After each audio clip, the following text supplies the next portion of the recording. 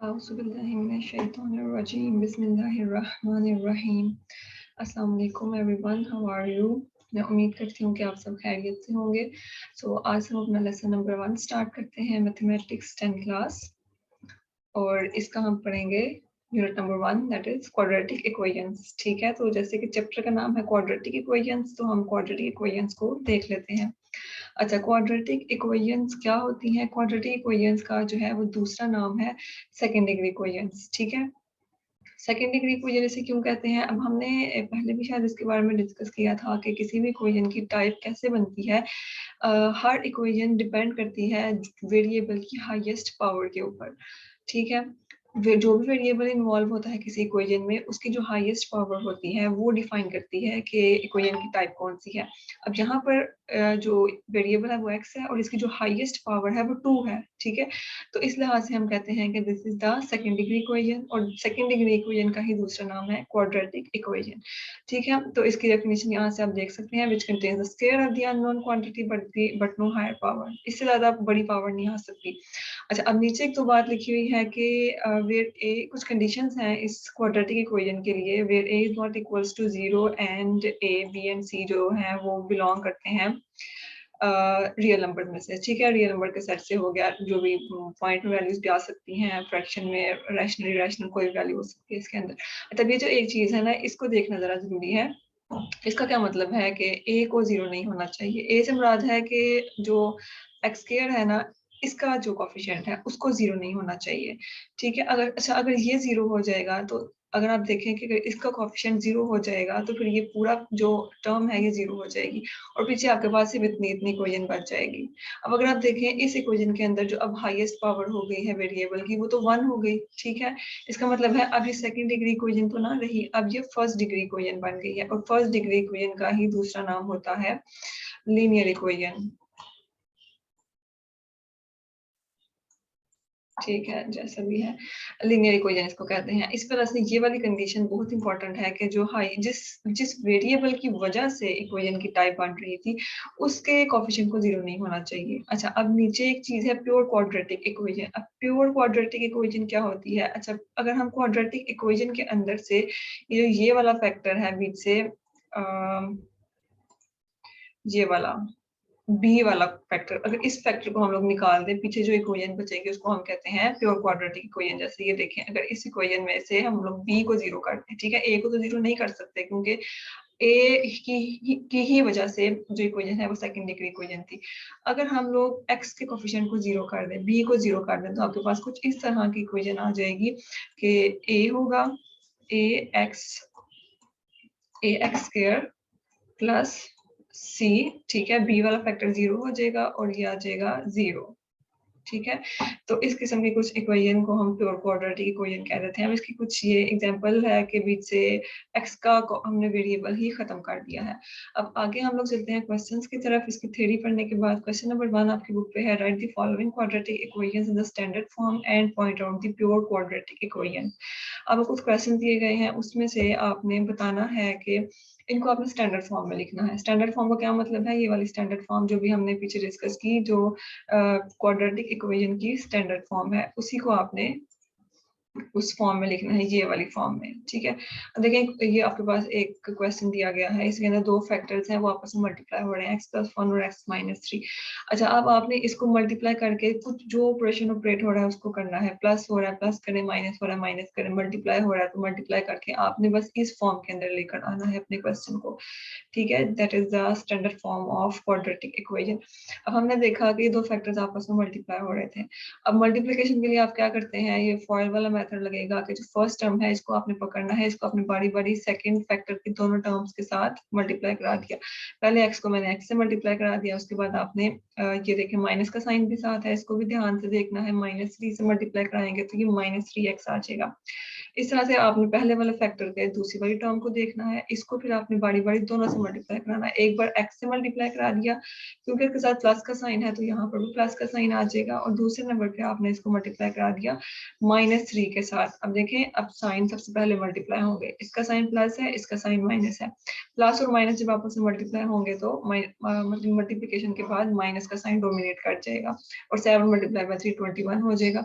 यहाँ पर जो -7 था आप इसको इक्वेशन के दूसरी तरफ ले आएंगे तो ये आकर तो ऑपोजिट ऑपरेशन हो जाएगा, मतलब एडिशन सब्ट्रैक्शन था तो ये एडिशन में कन्वर्ट हो जाएगा। अब अगर आप इसको देखें तो एक आपके पास सिंपल इक्वेशन बन गई है, इसमें जो सेम वेरिएबल वाले टर्म्स हैं उनको आपने आपस में ऐड करना है। अब एक ये सेम वेरिएबल है, ये x का वेरिएबल है और एक ये x का वेरिएबल है, इसको आपने बस सिंपल ऐड कर देना है। अब क्या हो रहा है, इसके साथ माइनस का साइन है, इसके साथ प्लस का साइन है, प्लस और माइनस में आपने सब्ट्रैक्शन करनी होती है, तो मतलब 7 - 3 4 आ जाएगा और साइन वो लगता है जो बड़ी वैल्यू के साथ होता है, तो बड़ी वैल्यू ये थी तो प्लस का साइन फिर इस वैल्यू के साथ लग जाएगा। मतलब ये सिंपल एडिशन है, बस रिवीजन है इसमें और कुछ इतनी खास बात नहीं। इस तरह से अगर आप देखें ये भी कांस्टेंट है और ये भी कांस्टेंट है, इन दोनों को फिर आपने आपस में ऐड कर देना। प्लस और माइनस अगेन माइनस हो जाते हैं, 21 में से आपने 7 को माइनस कर दिया तो 14 आ जाएगा और अगेन साइन वो आता है जो कि बड़ी वैल्यू के साथ होता है, तो बड़ी वैल्यू यहाँ 21 है, उसके साथ माइनस का साइन है। तो ये सिंपल क्वेश्चन था। अब आप देखें तो ये स्टैंडर्ड फॉर्म बन गई है क्वाड्रेटिक इक्वेशन की। क्या था, ax² + bx + c = 0। उसके अंदर आप देखें ये x² है, इसके साथ जो a था उसका मतलब जो x के जो कॉफिशिएंट होता है इसको 1 यहाँ पर बना दिया, आगे bx है, b यहाँ पर 4 है और आगे c जो है वो -14 है। तो आपने सिर्फ यहाँ तक इसको सॉल्व करना स्टैंडर्ड फॉर्म में। अब कहा गया था कि आपने बताना है कि प्योर क्वाड्रेटिक इक्वेशन बतानी है, लेकिन देखें यहाँ ये प्योर क्वाड्रेटिक इक्वेशन नहीं है, ये एक स्टैंडर्ड क्वाड्रेटिक इक्वेशन है, तो आपने सिंपल आगे कुछ नहीं लिखना। इस क्वेश्चन को अगर आप देखें कोई इसमें मसले वाली बात नहीं है। अब यहाँ पर क्या हो रहा है, एक दो फ्रैक्शंस आ गए, एक ये फ्रैक्शन है और एक ये वाला फ्रैक्शन है। फ्रैक्शन का क्या मतलब है कि एक आपके पास ये जो क्वेश्चन है ये लगा होता है क्वेश्चन के ऊपर एक न्यूमरेटर और क्वेश्चन से नीचे डिनोमिनेटर। इस किस्म के जितने भी नंबर्स हैं उनको हम लोग फ्रैक्शन बोलते हैं। अब दो फ्रैक्शंस जब आते हैं, देखें दो फ्रैक्शंस है और उनके सेंटर में माइनस का साइन है, ठीक है। दो फ्रैक्शन आपस में माइनस हो या प्लस हो, उसको प्लस करने का तरीका होता है कि आपने एलसीएम लेना होता है डिनोमिनेटर्स का। तो पहले फ्रैक्शन का जो डिनोमिनेटर है वो 3 है और दूसरे वाले का डिनोमिनेटर जो है वो 7 है। आपने इन दोनों का एलसीएम ले लिया, ठीक है। एलसीएम लेने के बाद आपने क्या करना होता है, इनको मल्टीप्लाई करा दिया। मल्टीप्लाई कराने के बाद जो आंसर आता है वो एलसीएम होता है। तो इसका एलसीएम आ गया 21। अब आपने 21 लगा दिया, ठीक है। इसको ये बस रिवीजन है, आप इसको जानते हैं कि इसको किस तरह से करते हैं।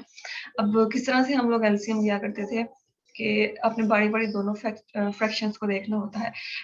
21 को पहले आपने इस पहले फ्रैक्शन के साथ ऑपरेट करना है, तो क्या करते हैं, एलसीएम को आपने डिनोमिनेटर से डिवाइड करना होता है, ठीक है। एलसीएम को डिनोमिनेटर से डिवाइड करना है, तो एलसीएम 21 है, डिनोमिनेटर क्या है 3, ठीक है। अब आपने दोनों का आपस में डिवाइड किया, 3 के टेबल में कितने टाइम्स आता है 21 7 टाइम्स। तो इसका मतलब है कि इन दोनों को डिवाइड करने के बाद एलसीएम और डिनोमिनेटर को डिवाइड करने के बाद 7 आ गया। अब ये जो आंसर आया है ना डिवीजन के बाद जो आंसर आया है, इसको आपने ऊपर न्यूमरेटर से मल्टीप्लाई करा देना। तो 7 को आपने न्यूमरेटर से जाके मल्टीप्लाई करा दिया, तो ये वैल्यू आ गई। उसके बाद जो साइन यहाँ सेंटर में लगा होगा आपने इसी साइन को नीचे उतार लेना, ठीक है। यहाँ माइनस है तो मैंने माइनस उतार लिया, प्लस होता तो आप इसको प्लस में ही रहने देते। इस तरह सेम काम आपने दूसरे वाले फ्रैक्शन के साथ भी करना है। 21 एलसीएम को आपने डिनोमिनेटर से डिवाइड कर दिया, तो 21 को जब आपने 7 से डिवाइड किया तो ऑब्वियसली 7 के टेबल में 3 टाइम्स 21 आता है, तो फिर जो 3 पीछे बचेगा उसको ऊपर जाकर न्यूमरेटर से मल्टीप्लाई करा देना है, तो ये आ जाएगा 3x, ठीक है। इक्वल के उस तरफ 1 है उसको उधर ही रहने दें। इस तरह से अब देखिए ये आपस में मल्टीप्लिकेशन हो रही है यहाँ, ठीक है। जो सिंपल ऑपरेशन है, अब यहाँ पर एक सिंप्लीफिकेशन होने लगी है। अब इस 7 को आपने अंदर दोनों के साथ मल्टीप्लाई करा देना। 7 को जब वापस से मल्टीप्लाई कराएंगे तो 7x² आ जाएगा। सेंटर का साइन जो है उसको आपने छेड़ना नहीं है, उसको एज इट इज नीचे उतार दें। फिर 7 को आपने जाके मल्टीप्लाई करा दिया 4 के साथ, तो ये आ गया 28। जो सेंटर में साइन है उसको बिल्कुल नीचे एज इट इज उतार दें और ये 3x को भी एज इट इज उतार दें। इस यहाँ पर देखिए यहाँ पर हो रही है क्रॉस मल्टीप्लिकेशन, ठीक है। 21 को आप जाकर उधर मल्टीप्लाई करा देंगे। 21 को आप 1 से मल्टीप्लाई कराएंगे तो सिंपल 21 ही आ जाएगा। अब आपने सिंपल एक सिंप्लीफिकेशन करनी है, तो 21 को यहाँ पर ले आएंगे, इक्वल के एक तरफ कर ले सारी इक्वेशंस को, ताकि हम इजीली इसको सॉल्व कर सकें। यहाँ पर ये प्लस के साथ था ना, ठीक है। तो आप उसको इधर लेकर आएंगे तो ये एडिशन का ऑपोजिट ऑपरेशन परफॉर्म हो जाएगा, और वो होता है सब्ट्रैक्शन। अब वही वाला काम आपने करना है जो हम हमेशा करते हैं, जो सेम टर्म्स हैं उनको आपस में ऐड करें। देखिए एक्स स्क्वायर वाली कोई और टर्म नहीं तो एक्स स्क्वायर को एज इट इज लगा दें, एक्स वाली भी कोई और टर्म मौजूद नहीं उसको भी एज इट इज उतार दें। हाँ, ये दो कांस्टेंट वैल्यूज हैं, इनको आप आपस में ऐड कर लेंगे। 28 माइनस 21 तो 7 आ जाएगा, और अगेन साइन यहाँ पर वो लगता है जो कि बड़ी वैल्यू के साथ होता है, ठीक है। बड़ी वैल्यू ये है, तो ये भी इसका आंसर ये आ गया। हमने बस इसको सिंप्लीफाई करना था। ओरिजिनल आपके पास इक्वेशन ये दी गई थी, लेकिन हमने इसको सिंप्लीफाई करके इस फॉर्म में कन्वर्ट कर लिया। ठीक हो गया। अब अगले क्वेश्चन को अब देखें। क्वेश्चन बिल्कुल सिंपल है। अब यहाँ पर बस एक चीज थोड़ी सी चेंज है जो मैं आपको बताना चाहूंगी, कि यहाँ पर भी दो फ्रैक्शंस हैं, और आपने इन दोनों फ्रैक्शंस का एलसीएम लेकर, मतलब तीसरा वाला भी साथ ही आ गया ना, इनका आपने एलसीएम लेकर इनको सॉल्व करना है। लेकिन अगर आप देखें तो यहाँ पर आपके पास दो अलजेब्राइक फैक्टर्स हैं, ठीक है, सिंपल नंबर्स नहीं है। ये x-2 है और ये x है, ठीक है, ये अलजेब्राइक टर्म्स हैं। तो अब इनको किस तरह से हम एलसीएम लिया करते थे, इसको एलसीएम लेने का मेथड याद रखिए, हमने 6th चैप्टर में पढ़ा था 9th क्लास के, कि एलसीएम ऑफ अलजेब्राइक फैक्टर्स कैसे होता है, common factor multiply by uncommon factor, ठीक है। तो आपने देखना है इन दोनों में क्या कोई फैक्टर कॉमन है, यानी कि x-2 डिनोमिनेटर्स का ही एलसीएम लेना है ना, तो डिनोमिनेटर्स में क्या कुछ कॉमन है, दोनों में कुछ भी कॉमन नहीं है, तो कॉमन फैक्टर आपके पास नन है। अनकॉमन दोनों है बिल्कुल, तो इन दोनों को आपस में मल्टीप्लाई करा दें। तब आपने जब एलसीएम लेना है तो common factor multiply by uncommon factor दिखेंगे, तो कॉमन फैक्टर तो कोई भी नहीं है, अनकॉमन फैक्टर ये है, इसको उठा के आप लिख देंगे तो ये आपके पास एलसीएम आ गया, ठीक है। तो अलजेब्राइक फैक्टर्स का एलसीएम आप इसी मेथड से लिया करेंगे। अब इसका एलसीएम आ गया तो आप बिल्कुल वही वाला मेथड करेंगे, ये एलसीएम ले लिया यहाँ पर। अब क्या करना है कि एलसीएम को आपने डिनोमिनेटर से डिवाइड करना है, जो आंसर आएगा उसको न्यूमिनेटर से मल्टीप्लाई करा देना है। तो ये है आपके पास डिनोमिनेटर, ये आपके पास एलसीएम है, इसको आपने डिवाइड कर दिया इसके साथ, ठीक है। तो इसको हम यहाँ कहीं साइड पे कर लेते हैं, x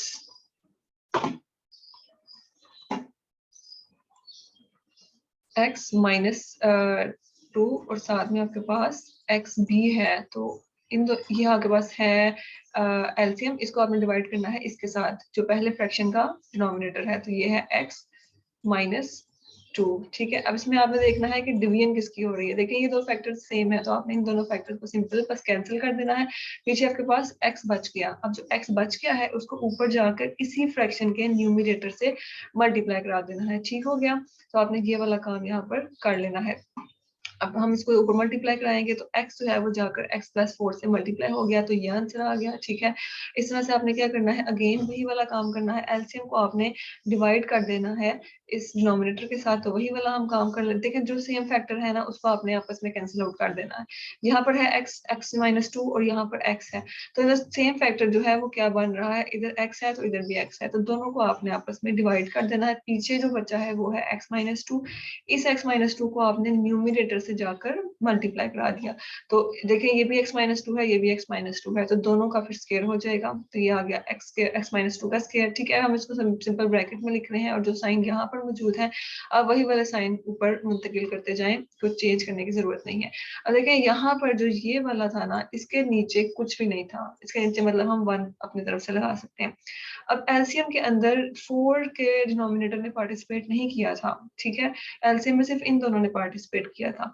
तो अब जाहिर सी बात है, अब आप 1 से डिवाइड करेंगे तो यही वाली चीज आ जाएगी। तो आप सिंपल बस ये याद रख लेंगे, जब किसी भी फ्रैक्शन के डिनोमिनेटर ने पार्टिसिपेट ना किया हो एलसीएम में, तो मतलब जो भी एलसीएम होता है वो ऊपर न्यूमिनेटर से मल्टीप्लाई हो जाता है। तो एलसीएम x इंटू x-2 था, तो ये पूरे का पूरा एलसीएम ऊपर जाके 4 से मल्टीप्लाई हो जाएगा, सिंपल 4x x-2, ठीक है। इक्वल के उस तरफ 0 है उसको उधर ही रहने दें। अब देखें आपने इनको ऊपर सॉल्व करना है बस, ठीक है। ऊपर जो मल्टीप्लिकेशन हो रही है मल्टीप्लिकेशन करें, कोई स्क्वायर खुल रहा है स्क्वायर खोले, बाद में हम एडिशन सब्ट्रैक्शन कर लेंगे। अच्छा अब यहाँ पर देखें आप मल्टीप्लिकेशन हो रही है तो आप इसको मल्टीप्लिकेशन कर लें। मल्टीप्लिकेशन कर ली हमने, x को आपने एक दफा x से मल्टीप्लाई किया, एक दफा 4 से मल्टीप्लाई किया, ये आ गया।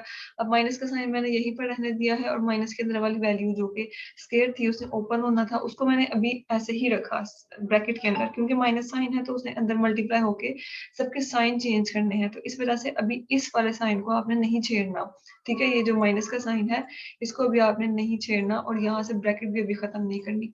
तो आपको स्केयर खोलने का फॉर्मूला आता है, एक बार फिर से रिवाइज कर लें कि a प्लस बी का होल स्केयर, दो टर्म्स हैं, उनका जब होल स्केयर आता है तो आप इस तरह से खोलते हैं, आप फर्स्ट टर्म का स्केयर लिखते हैं, ठीक है, और कॉर्नर पे करके सेकंड टर्म का स्केयर कर लेंगे, फर्स्ट टर्म का स्केयर या सेकंड टर्म का स्केयर, जो भी सेकंड टर्म फर्स्ट टर्म है उसका स्केयर कर लिया। अच्छा, यहाँ हमेशा प्लस आएगा, ठीक है, इस वाले टर्म के साथ हमेशा प्लस आएगा। अब जो साइन यहाँ होता है ना, ये सेंटर में, ये वाला साइन जाता है सेंट्रल टर्म के साथ, ठीक है, यानी कि प्लस है तो यहाँ पर प्लस चला जाएगा। सेंट्रल टर्म मतलब टू फार्मूले का first term multiply by second term.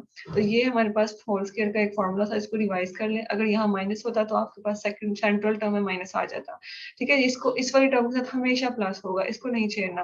तो यही वाला फार्मूला अप्लाई करते हुए मैंने ऊपर होल स्केयर का फार्मूला खोल दिया। फर्स्ट टर्म क्या है, x है, x का स्केयर आ गया, और सेकंड टर्म 2 है तो आपने 2 का स्केयर, अगेन देखिए यहाँ पर प्लस का साइन लगाया गया है, और जो साइन यहाँ होता है वो कहाँ आता है, सेंट्रल टर्म के साथ। तो ये सेंट्रल टर्म थी तो मैंने यहाँ पर माइनस का साइन लगा लिया। टू फार्मूले का first term multiply by second term, ठीक है, first term x, second term 2, इनको आपने मल्टीप्लाई किया, और यहाँ पर भी आपने सिंपल मल्टीप्लीकेशन कर लेनी है। 4x स्केयर आ जाएगा माइनस और 8, मतलब कि प्लस माइनस मल्टीप्लाई, जाहिर है यहाँ पर प्लस का साइन है बाहर, तो मतलब उसने अंदर वाली वैल्यूज का साइन चेंज नहीं करना, तो आप उसको भी खोल भी सकते हैं ब्रैकेट को। अब आपने यहाँ पर ब्रैकेट ओपन कर लेनी, ठीक है, ब्रैकेट ओपन करने का मतलब माइनस साइन अंदर मल्टीप्लाई हो जाएगा जाके। तो कैसे मल्टीप्लाई करेंगे, माइनस है तो इसके साथ मल्टीप्लाई होगा, तो ये प्लस था एक्स स्क्वायर, अब एक्स स्क्वायर माइनस में आ गया, यहाँ पर सेंट्रल टर्म के साथ माइनस का साइन था, तो ये दोनों माइनस जब आपस में मल्टीप्लाई होंगे तो इधर ये देखें ये प्लस आ गया, ठीक है। अब यहाँ पर प्लस का साइन है, तो जब ये माइनस अंदर मल्टीप्लाई होगा तो यहाँ पर माइनस का साइन डोमिनेट कर जाएगा, ठीक है, और ये वाली वैल्यू आपने एज इट इज उतार ली।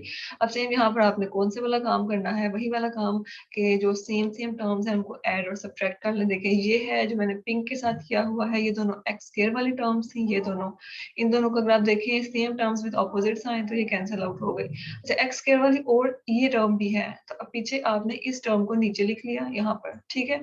उसके बाद आप एक्स वाली टर्म की तरफ चले, एक ये एक्स वाली टर्म है 4x प्लस 4x और माइनस 8x, जब आप इनको आपस में ऐड करेंगे ना तो आप देखेंगे कि ये आपस में जीरो आंसर दे देंगे। मैंने ऐड करके दिखाया है कि किस तरह से आया, वैसे आप कैलकुलेटर पे भी करेंगे डायरेक्ट आ जाएगा, लेकिन इस तरह से भी मतलब ये है कि आपने इन दोनों को पहले ऐड किया तो 8 आ गया, फिर 8x minus 8x, same terms with opposite sign, तो कैंसिल आउट होकर जीरो आंसर दे देंगे। तो पीछे क्या बचा, एक 4x बच गया ये, और एक ये वाली टर्म बच गई कांस्टेंट टर्म, तो 4x के माइनस 4। अब इसको थोड़ा सा सिंप्लीफाई कर लेते हैं, वैसे आंसर तो आ गया लेकिन इसको सिंप्लीफाई करके लिखेंगे। दोनों टर्म्स के अंदर एक चीज कॉमन है, वो है 4, ठीक है, 4 आपने कॉमन ले लिया अंदर, फर्स्ट टर्म में कॉमन लेने के बाद पीछे एक्स स्क्वायर बच गया, ठीक है, जाहिर है जब 4 कॉमन ले लिया तो पीछे एक्स स्क्वायर ही बचेगा ना। अब सेंटर में जो साइन है वही नीचे उतारा, अपने से कोई साइन नहीं लगाना। इस तरह से सेकंड टर्म को देखें 4 था, यहाँ से जब 4 कॉमन लिया तो पीछे जाहिर है 4 को जब 4 से डिवाइड कर दिया तो 1 ही बचा, 1 आ गया। अच्छा, यहाँ पर मैं एक चीज बताना भूल गई थी कि इसको अगर आप देखें, एक मिनट में इसको चेंज कर लूं, ये वाला देखिए यहाँ पर अभी क्या हुआ था, ये जो इसका डिनोमिनेटर था ये बताना भूल गया कि डिनोमिनेटर किधर गया, ये वाला डिनोमिनेटर, ठीक है, इस डिनोमिनेटर को हमने वहां जाकर क्रॉस मल्टीप्लाई करा दिया। अब देखें उस तरफ जीरो है, तो जीरो से कोई भी चीज मल्टीप्लाई होती है तो उसका आंसर हमेशा जीरो ही आ जाता है। इस वजह से ये डिनोमिनेटर की टर्म कैंसिल आउट हो जाएगी, ये जीरो आंसर आ जाएगा, और इक्वल के इस तरफ जीरो ही बचेगा, ठीक है। तो कोई भी चीज जीरो से मल्टीप्लाई हो, चाहे वो 1,00,000 क्यों ना हो, वो जीरो हो जाएगा। इस वजह से सेकंड जो राइट हैंड साइड पर टर्म थी वो खत्म हो गई और जीरो बच गया। अब ये देखें ये 4 है ना, इस 4 को यहाँ नहीं रखना, इस 4 को आपने यहाँ लाके डिवाइड कर दिया, क्योंकि वहां पर वही वाली कंडीशन, वही वाली एक रूल आप याद रखें कि ये जो टर्म है यहाँ पर मल्टीप्लाई हो रही है तो इक्वल के दूसरी तरफ जाकर मल्टीप्लिकेशन का इनवर्स ऑपरेटर अप्लाई होगा। तो मल्टीप्लिकेशन का इनवर्स ऑपरेटर डिवीजन होता है, इसलिए जो चीज यहाँ मल्टीप्लाई हो रही थी यहाँ आकर अब वो डिवाइड में चली गई। अगेन जीरो से कोई चीज मल्टीप्लाई हो वो भी जीरो हो जाती है, जीरो से कोई चीज डिवाइड हो वो भी जीरो हो जाती है। जीरो इज डिवाइडेड बाय 4, मतलब जीरो को कोई भी नंबर डिवाइड करे तो आंसर जीरो ही आता है। तो इसको देख लें आप, आपके पास आंसर आ गया एक स्टैंडर्ड इक्वेशन की फॉर्म में।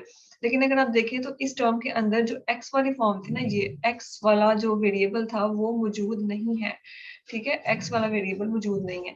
अब आप बताएं कि ये कौन सी इक्वेशन है, ठीक है, वो क्वाड्रेटिक इक्वेशन की वो टाइप जिसमें x का वेरिएबल नहीं होता, उसको हम बोलते हैं प्योर क्वाड्रेटिक इक्वेशन। तो यहाँ आपने प्योर क्वाड्रेटिक इक्वेशन को मेंशन करना है, क्योंकि हमसे क्वेश्चन में पूछा गया है कि आपने बताना है कि प्योर क्वाड्रेटिक इक्वेशंस को भी मेंशन करें। ठीक हो गया। तो ये सिंपल बस क्वेश्चन है, कोई इसमें मसले वाली बात नहीं, बस कुछ चीजें आपने रिवाइज करनी चाहिए। वाला क्वेश्चन है बिल्कुल वैसा है, बस थोड़ा सा रिवाइज ही करेंगे इसको कि मुश्किल ना आपको लगे।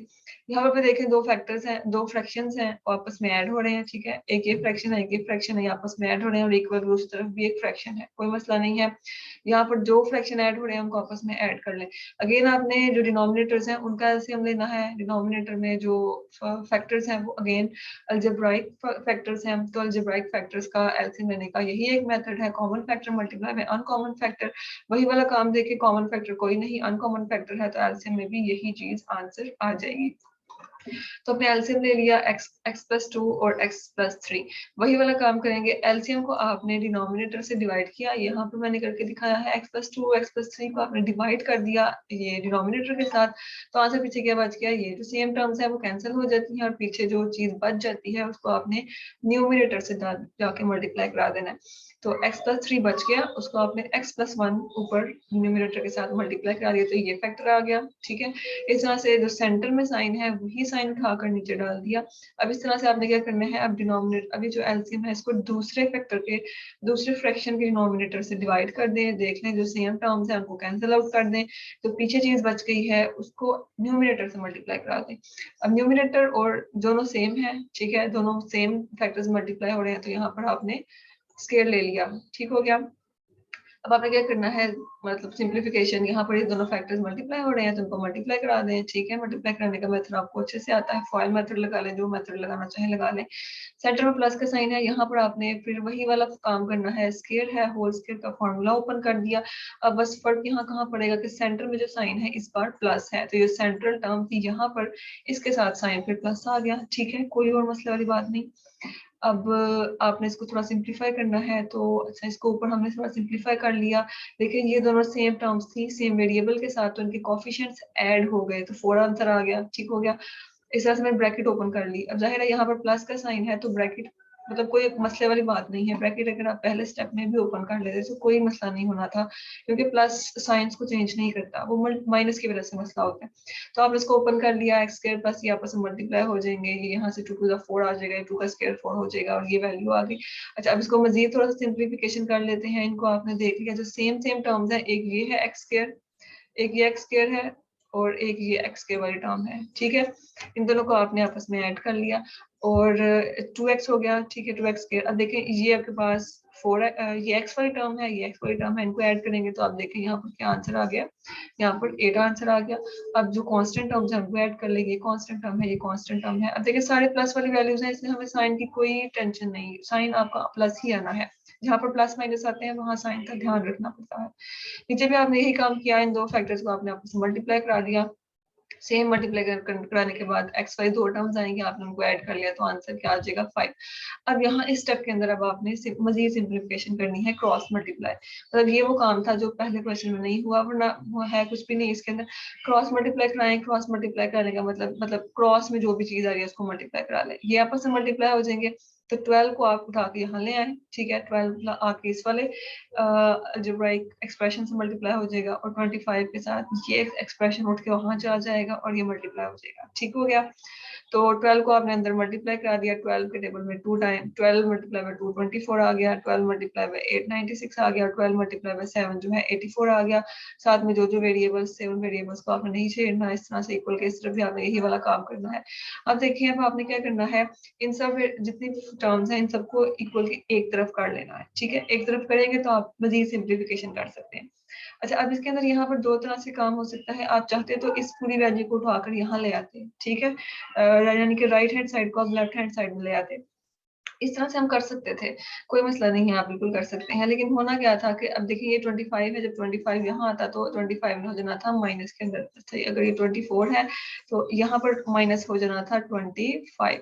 अब देखिए जब इसको माइनस करते हैं तो बड़ी वैल्यू के साथ माइनस का साइन है, तो लास्ट पे जो एक्स स्क्वायर वाली टर्म थी उसके साथ माइनस साइन आ जाना था। फिर आपको मजीद माइनस साइन कॉमन लेना पड़ना था, फिर माइनस साइन को इक्वल के उस तरफ ले जाकर डिवाइड करके खत्म करना पड़ना था।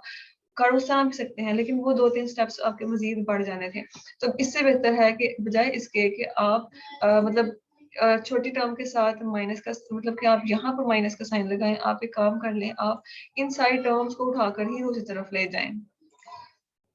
क्या बोला मैंने कि बजाय इसके कि आप 25 को यहाँ लेकर आए और 25 के साथ माइनस का साइन लग जाए, आप बेहतर है कि आप इस छोटी टर्म को उठाकर इस पूरी टर्म को यानी कि लेफ्ट हैंड साइड को आप राइट हैंड साइड की तरफ ले आए। इससे फायदा ये होगा कि जो फर्स्ट टर्म है एक्स स्क्वायर वाली, ये प्लस में ही रहेगी, तो आपको माइनस साइन कॉमन नहीं लेना पड़ेगा, ठीक है। तो ये प्लस में रहेगी, ये सारी टर्म्स को आपने चेंज नहीं करना, ये वाली सारी टर्म्स उठकर यहाँ आएंगी तो इनके साइन चेंज हो जाएंगे। लेकिन इस वाली साइड को जो आपने खाली किया तो यहाँ पर क्या आ जाएगा, यहाँ पर जीरो आ जाएगा। जाहिर है यहाँ सारी टर्म्स आपने उठा ली हैं तो कोई पीछे बची नहीं, तो जीरो बच गया। 24 वहां जाएगा तो प्लस में था माइनस में हो जाएगा, ये देखें माइनस का साइन लगाया मैंने। 96x यहाँ प्लस में था तो यहाँ जाकर माइनस में हो जाएगा, यहाँ पर माइनस का साइन लगा दिया, और इस तरह से ये भी प्लस में था तो ये भी माइनस में हो जाएगा। अब आपने यहाँ पर सिंप्लीफिकेशन करनी है। अब आप सेम टर्म्स को ऐड कर दें। देखें एक्स स्क्वायर वाली टर्म्स ये तो है, इनको आपने ऐड कर दिया, मतलब 25 माइनस 24 आ गया 1, तो 1 को आप लगाएं या ना लगाएं कोई फर्क नहीं पड़ता, साथ में वेरिएबल आपने लगा देना। अब देखें 25 साइन वो लगता है जो बड़ी वैल्यू के साथ है, तो बड़ी वैल्यू 25 थी, 25 के साथ प्लस का साइन है, तो देखिए आपकी जो फर्स्ट टर्म है, मतलब कि जो variable with the highest power वो पॉजिटिव है, तो इस वजह से कोई मसला नहीं है। तो यहाँ पर नेगेटिव साइन नहीं आना चाहिए, ठीक है। नेगेटिव साइन आएगा तो आपको उसे कॉमन लेकर डिवाइड करना पड़ेगा, तो 2-3 स्टेप्स मजीद बढ़ जाएंगे। मसला कोई नहीं, लेकिन आपकी मर्जी, आप जो मर्जी करें। तो 125x, ये देखिए एक्स वाली टर्म है, इसको इसके साथ सॉल्व करेंगे, आप माइनस कर देंगे और ये कांस्टेंट टर्म को आपस में ऐड करेंगे। देखिए अब ये इस तरह से इक्वेशन बन गई। इक्वेशन ठीक है, लेकिन आपने बस इसको थोड़ा सा स्टैंडर्ड फॉर्म क्या होती है कि जो वैल्यूज होती हैं वो लेफ्ट हैंड साइड पे होती हैं और जो जीरो होता है वो राइट हैंड साइड पे होता है। इक्वेशन की स्टैंडर्ड फॉर्म यही होती है, तो आप बस इसको जगह चेंज कर लें, कोई फर्क नहीं पड़ता। तो ये है आपके पास क्वेश्चन का आंसर आ गया। अब आप देखें तो ये एक क्वाड्रेटिक इक्वेशन है, ये प्योर क्वाड्रेटिक इक्वेशन नहीं है। ठीक हो गया। तो ये कुछ क्वेश्चंस थे जो मैंने आपको बता दिए। बाकी के इस ही क्वेश्चन के 2 और क्वेश्चंस हैं जो कि आपने खुद करने हैं, खुद ट्राई करने हैं। ठीक है, कुछ समझ नहीं आई तो आप बिल्कुल पूछिएगा। तो बहुत ज़्यादा ख्याल रखिएगा। अल्लाह हाफ़िज़।